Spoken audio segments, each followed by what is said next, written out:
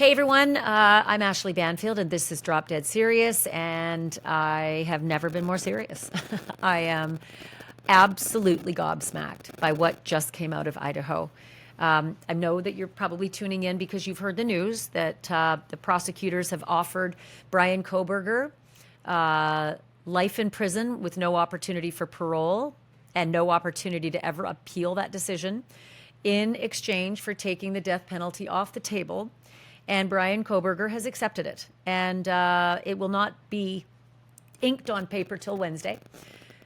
And once it's inked on paper, there'll be about 4 weeks, maybe a little less, maybe 3.5 weeks until there'll be a sentencing where the family members of the victims, and don't forget the surviving roommates, if they so choose, will be able to give victims impact statements, stand in court, say their piece with limitations.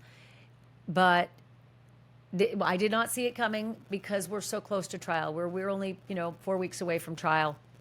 But it is entirely possible that Ann Taylor, who is the public defender who's been vehemently defending Bryan Kohberger for 2.5 years, it is entirely possible she just ran out of arrows.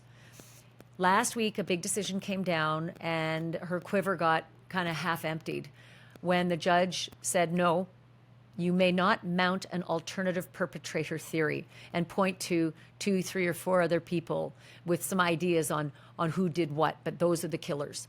You may not. Your evidence sucks. And what you're going to do is you're going to put that evidence up there, and it's terrible, and yet the internet will go bananas, and those people's lives will be ruined. So if you had good evidence, we would have to do that, and those people would have to go through that. But you have terrible. These are just fantasies. That's my word.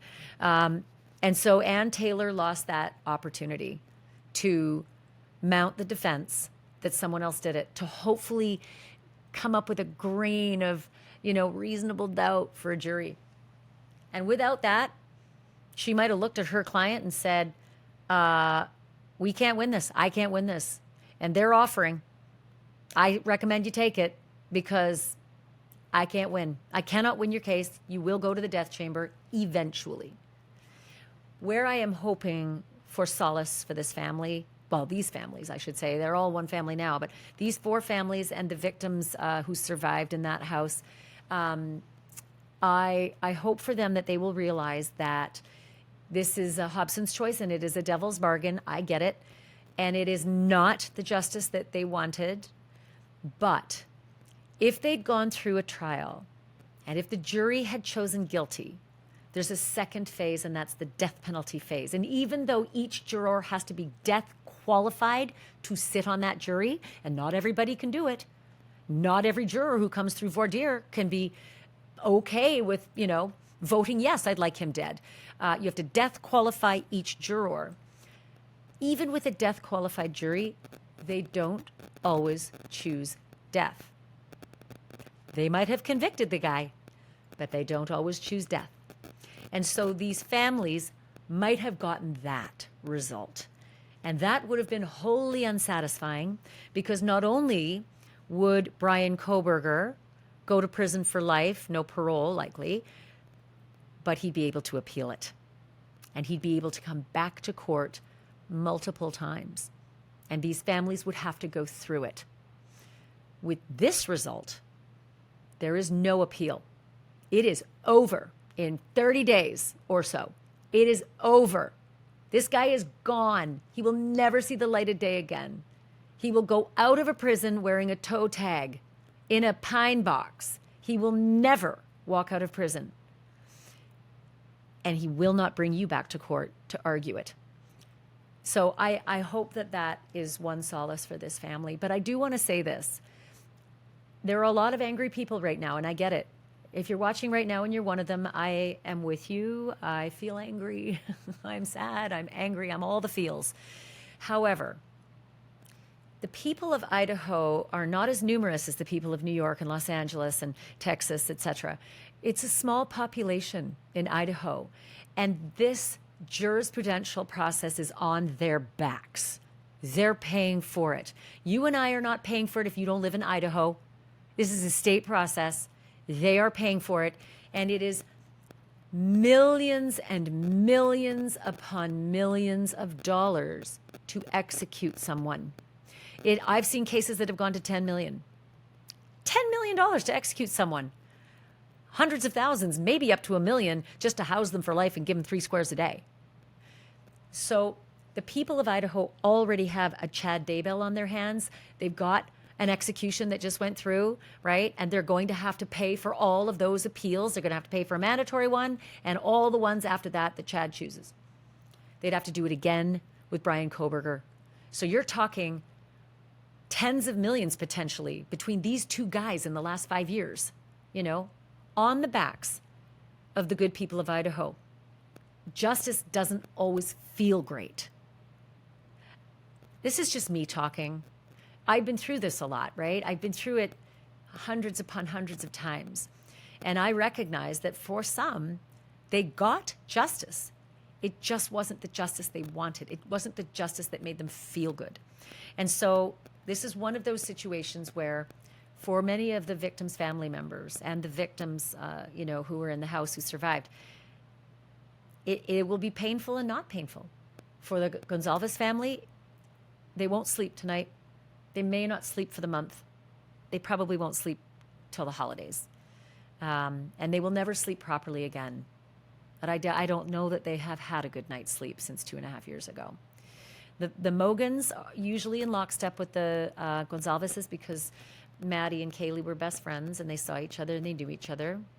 Xana Kernodle's family, TMZ, had a report today that they've spoken with an aunt who was devastated, so angry that they did not want a deal.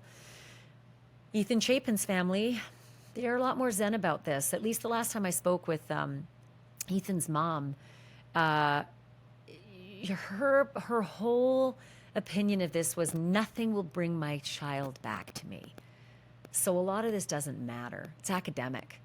Whatever happens, happens, but it's not going to give me what I want because I only want one thing and it's not available. So there are 2 parties here. And neither one, and when I say 2 parties, they're 2 parties of those who are affected most by this. They're the victims who survived in the house. There are the Chapins, okay? Then there are the other 3 dead children's families. And neither one's going to be happy if it's death penalty or if it's a deal, right? If it's a trial or if it's a deal. So ultimately, the decision comes to the prosecutors and then the people of Idaho and what's best for them and what's best for the justice system and what's best for the shot that they're going to have on getting that guy off the streets forever and ever. Amen. So those are just my thoughts. But, there's one guy who I have turned to every moment that there's been a development. And it's usually before I talk to you. It's on the phone. I call Bryan Entin, and we talk about all these developments. And Bryan was the first person to break this. He broke that there was this deal. And he has the information, the letters that were sent out to the families, the conversations that they had over the weekend. They did consult the families. The families knew all of this before you and I did. Mark my word. Not that they were happy, but they did know. They were consulted. They were part of the process at least. And so I called Bryan. I said, Bryan, you got to jump on the podcast with me. I got to talk to you about this because holy shit. Bryan, I don't even know what to say. Yeah, I mean, you and I have been covering this together since the very beginning, and truthfully, I mean, you know how many people have asked me, do you think there's going to be a plea deal? And I told them no. Me I too. mean, don't you get it all the time? Yep. And I have 100% said there is no way. Many of the family members want death. The prosecution seems to have this slam dunk case. And it wasn't until a couple of days ago that I started to hear these rumblings, and I was almost like in disbelief, thinking like, no, this can't be, no. And just over the weekend, it just built and built and built to today where I'm like, oh my God, this is actually going to happen. So the only thing I can think of, because I agree, this was a slam dunk, this case, and I don't say that all the time, but it is really, really expensive to kill people. It is millions upon millions, upwards of $10 million to kill someone, have a state-sanctioned execution. Just the amount of appellate work that goes into killing someone. is backbreaking for the people of Idaho. That is not a very populated state. That tax base, it would be backbreaking to deal with Chad Daybell and now the potential of Bryan Kohberger. So I could see them saying, we can't afford this. We really can't afford this. Yeah, I mean, it was the trial was also going to be expensive. I mean, they were doing it in a whole different city, far away from where the murders happened. There are people. I was going. I had a chance to look at the specific reasons that the prosecution gave to the families about why they were doing this, and there was like 5 or 6 reasons, and among them were that, there's always risk with trial. There could have been a mistrial. They may have to go through all of this again. The fact that there are people on death row in Idaho for 30 and 40 years, and that you will have to live the rest of your life dealing with appeals and going back to court and the media coverage, and this will never end. They brought up, I thought this was so interesting. They told the families about the conspiracy theorists out there and people who are pro Bryan Kohberger, and how if there was a trial and even if he got guilty, those people would forever be able to say, no, he actually didn't do it. Whereas if he pled guilty, they said that would actually put an end to all of that, which I thought that was interesting, that was one of the reasons they gave the families. And, I don't know about that. I don't know about that, because they're not going away. They're going to see that Bryan Kohberger's sitting in a jail cell and I want him out walking. And I'll tell you why I don't believe that. Chris Watts killed Shanann Watts and their children, and there is a psychotic group of people on the internet that will not leave Shanann's family alone. They still terrorize them, and they have not been left alone for almost the better part of a decade.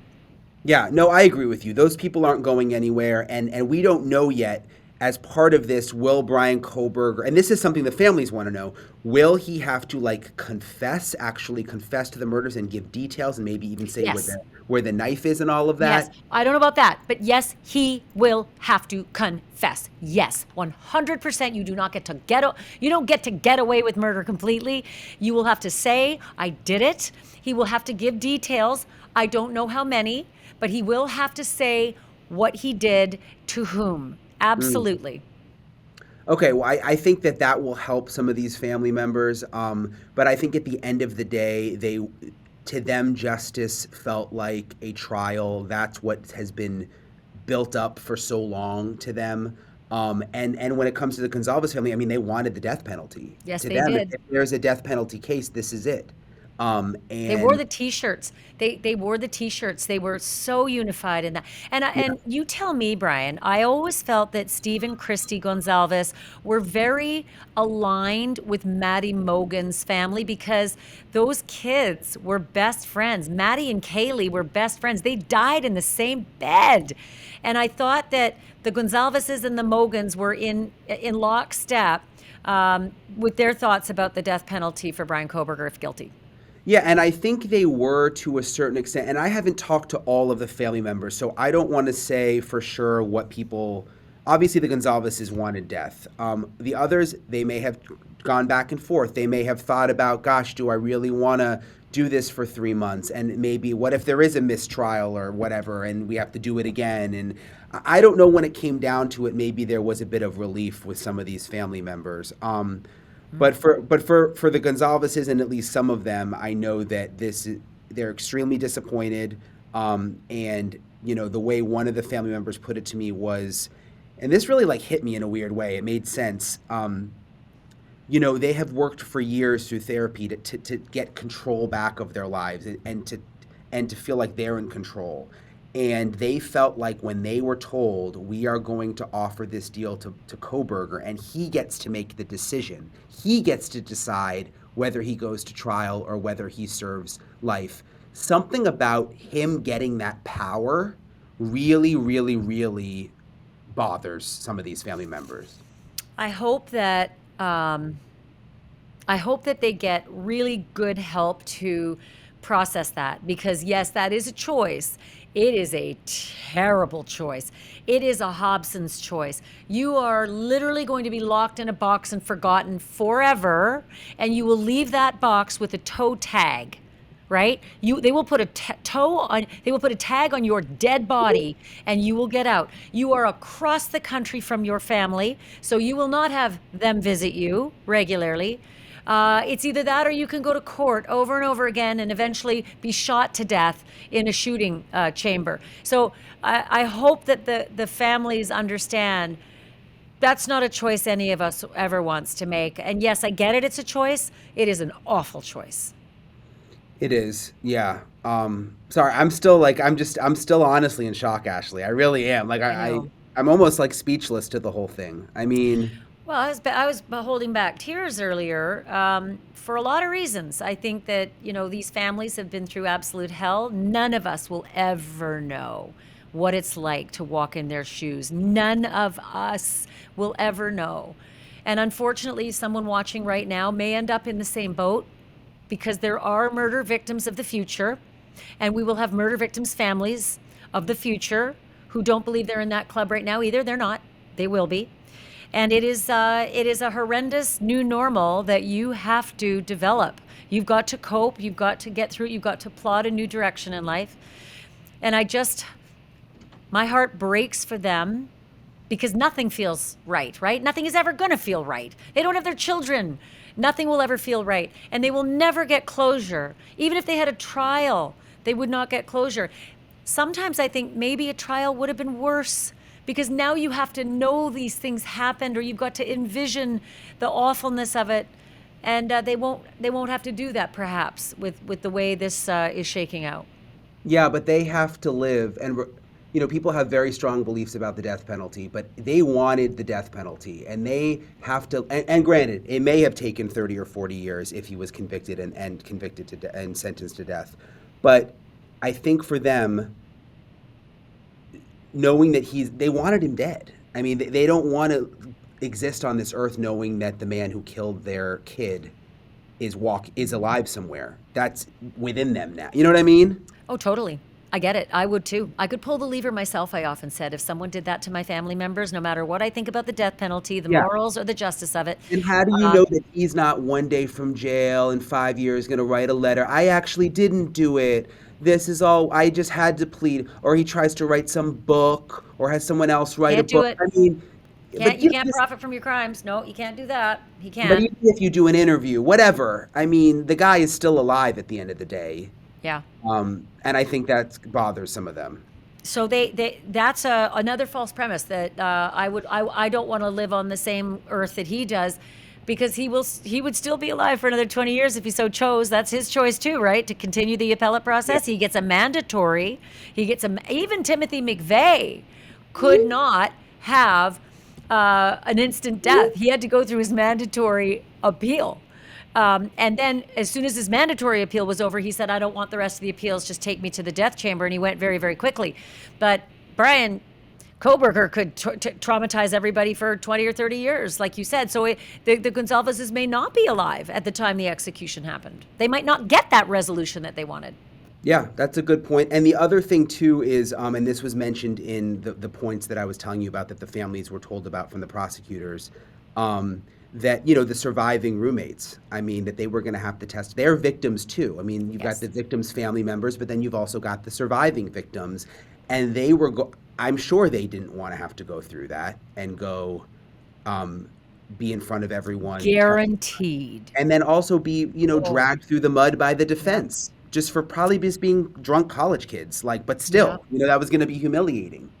My heart has broken for those girls from the jump, because again, the evil piece of the internet has decided that there's some conspiracy about them, and they've treated them like co-conspirators in some way. And the trial would have been hell, because it's hard getting up on the stand no matter what.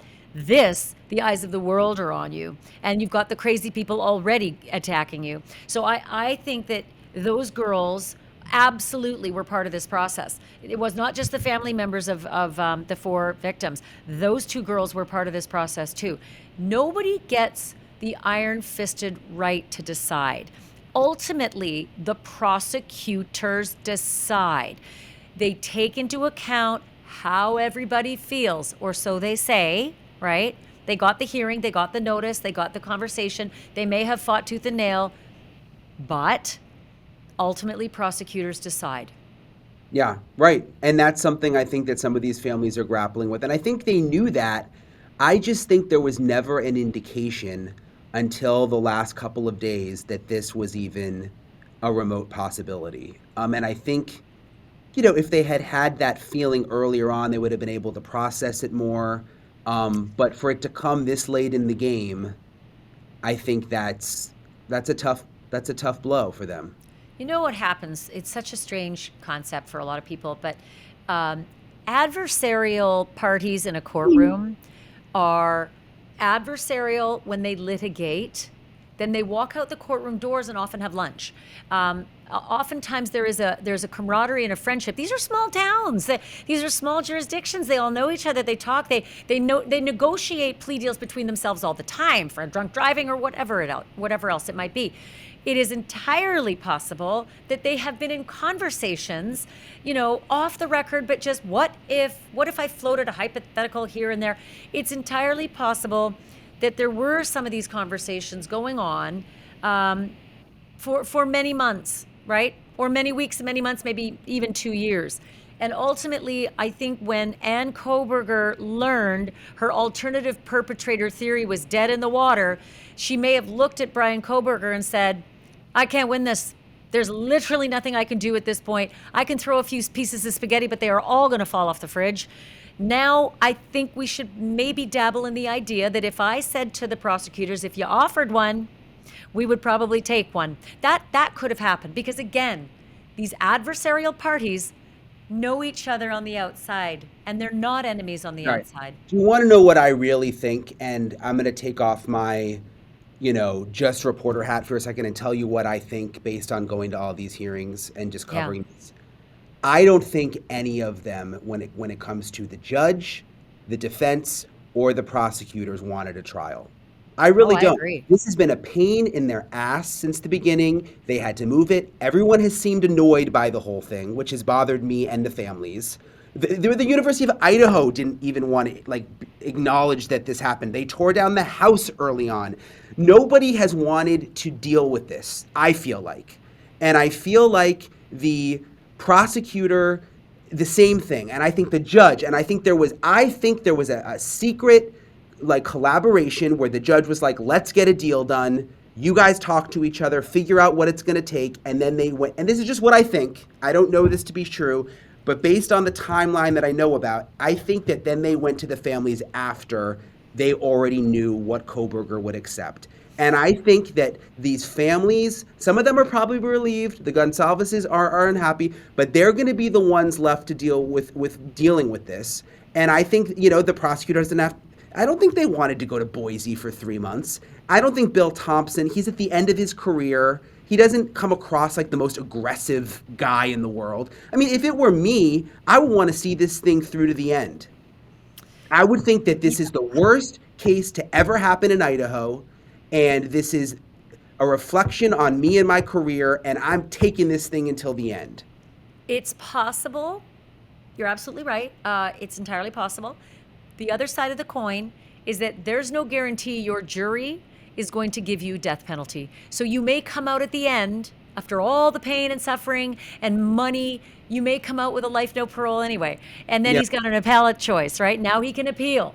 So this is, again, it's another Hobson's choice where you would get a guarantee that he is never going to see the light of day.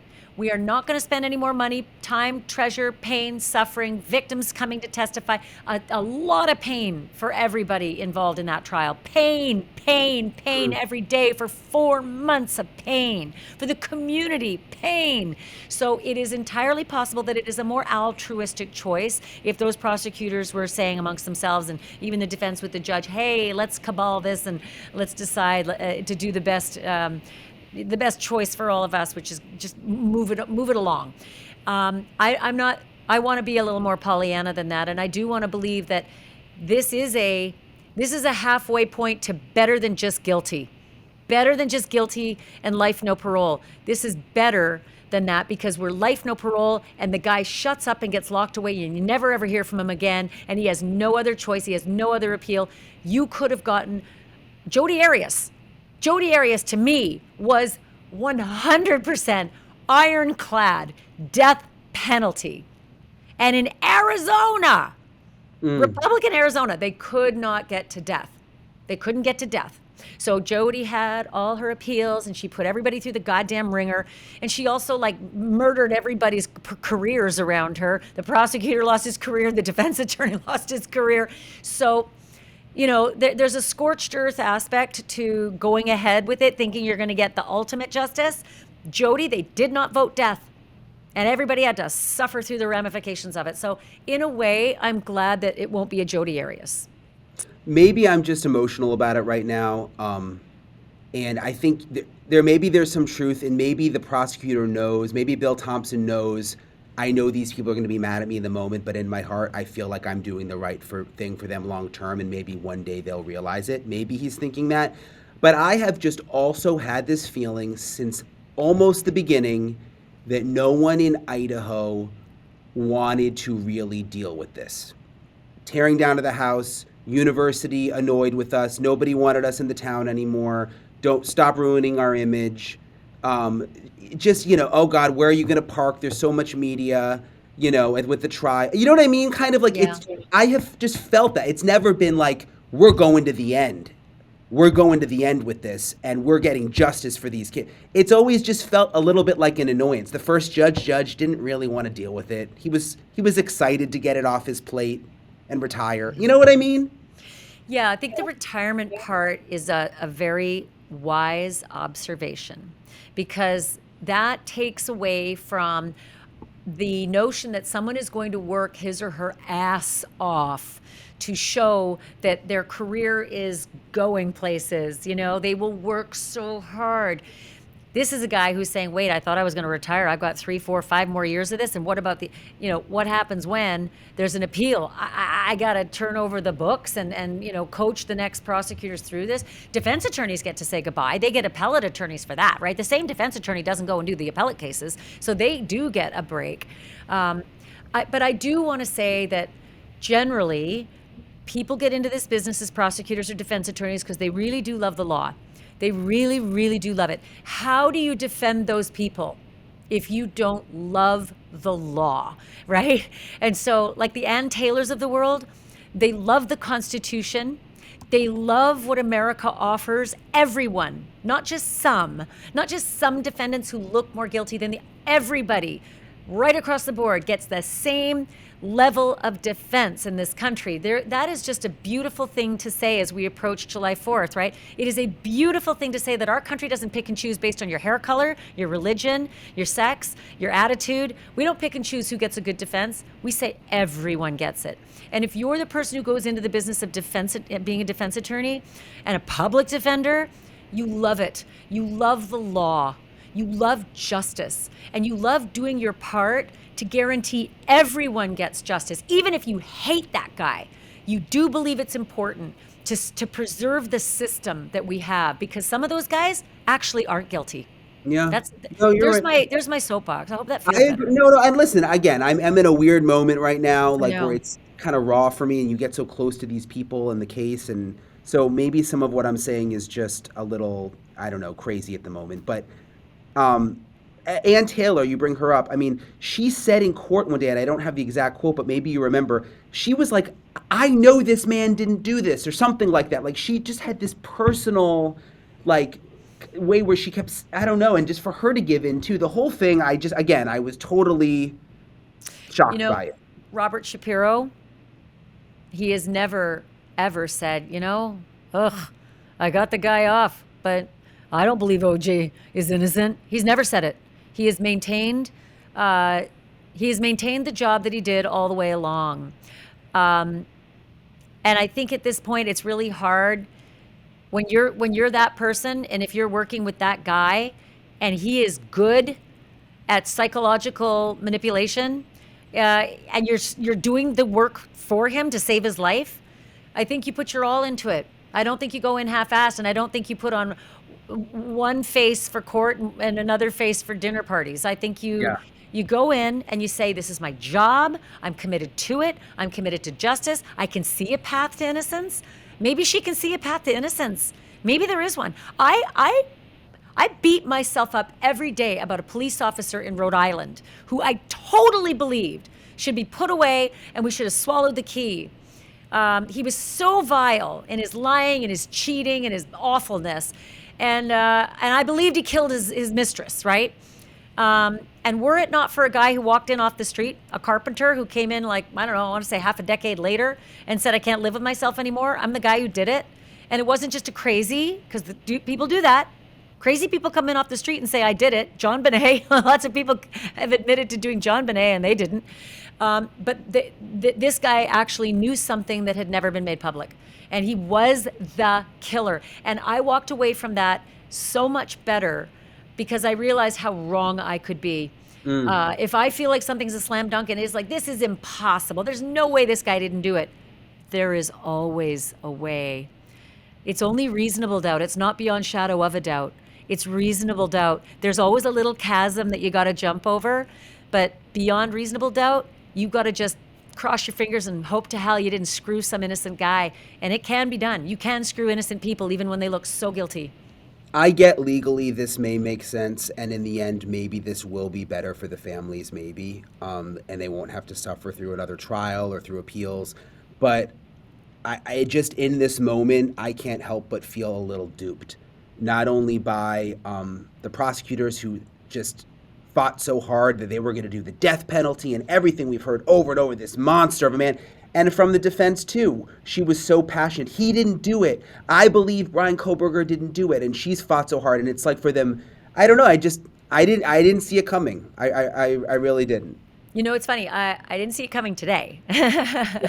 I did see it coming a few months ago. I thought, still possible, still possible. Things are running out. Time is running out. Options running out. She might be negotiating with Bryan Kohberger. He might be the stick in the mud. That's it's true. his choice. Yeah. It is his choice. It is not Ann Taylor's choice. It is his choice. But this close to trial, it ain't like I haven't seen it before. I have. When you get close to the wire and your defense attorney looks at you and says, I've done everything and I have not been granted this and I have not been granted that, and without the alternative perpetrators, I don't think I can do this for you. I literally think you are going to die. So now you need to tell me what to do. But I think you are going to die. If I don't do this, you choose. I think that's what brought it to this time.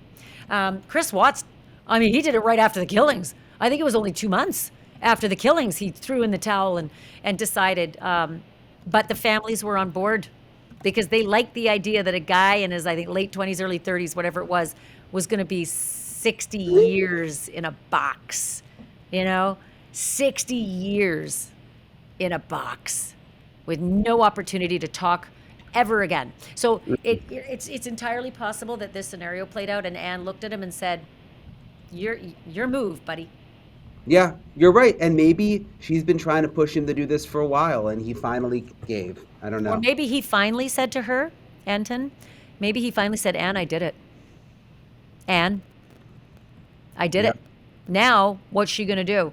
Okay. You'd never want to hear that if you're a defense attorney. You sure as hell can't put him on the stand now because that's suborning perjury. But it is, I don't know, it's impossible that he had a come to Jesus moment because he might be able to hear the cacophony of discussion about the shooting chamber, right? They're building it for him, like that. That's like building the gallows outside of the Old West jail cell. You can see where you're about to get hanged. Like there's a psychology to that. Who knows? Maybe he just said, I can't be shot to death. I can't. I don't know. Let me read this statement from the Gonzalez family. They sent this out on social media. It's true. We are beyond furious at the state of Idaho. They have failed us. Please give us some time. This was very unexpected. We appreciate all your love and support.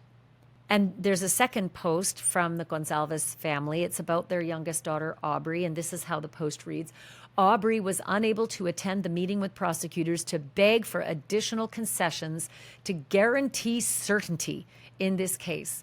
We are all in awe of how she was able to perfectly articulate the following, especially at only 18 years old. We are so proud of her. And this is how Aubrey's words go. Hello, my name is Aubrey Gonzalez, and I am the youngest member of the Gonzalez family.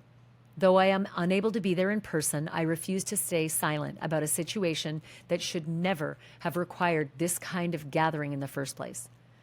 What the families of Entin, Kaylee, Maddie, and Xana have endured over the past 2 years and a half is beyond comprehension.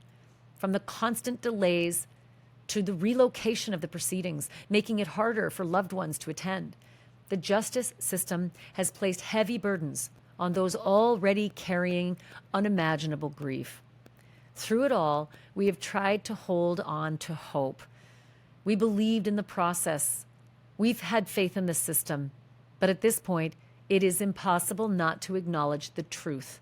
The system has failed these 4 innocent victims and their families. These are not just names or headlines. Entin Chapin, Kaylee Gonzalez, Madison Mogan, and Xana Kernodle were beautiful human beings who touched countless lives. They are not just, quote, the Idaho 4. They were sons, daughters, siblings, and friends, real people with real dreams. They deserve to be remembered for who they were in life, not only for the tragedy of their deaths. But before that can truly happen, they deserve justice, nothing less. The introduction of this plea deal, just weeks before the scheduled trial, is both shocking and cruel. Had this proposal come a year and a half ago, the families could have had time to process and discuss and potentially come to terms with the idea of a life sentence, however difficult that may be. We could have had the time to understand it, to prepare for it emotionally, and perhaps even to find some degree of peace. But now, with mere weeks left, we are being asked to absorb and respond to life-altering decisions with no room to breathe. Bryan Kohberger, facing a life in prison, means he would still get to speak, form relationships, and engage with the world. Meanwhile, our loved ones have been silenced forever. That really stings more deeply when it feels like the system is protecting his future more than honoring the victims' pasts. The justice system was created to serve and protect, not to re-traumatize grieving families. And yet, time and time again, we find ourselves blindsided, unheard, and unsupported. This last-minute plea deal feels less like an act of justice and more like an afterthought. We are not asking for vengeance. We are asking for accountability. We are asking for dignity for our loved ones. And we are asking, pleading for a justice system that truly lives up to its name. Oh my God, what a statement. It's heartbreaking. I just want to cry.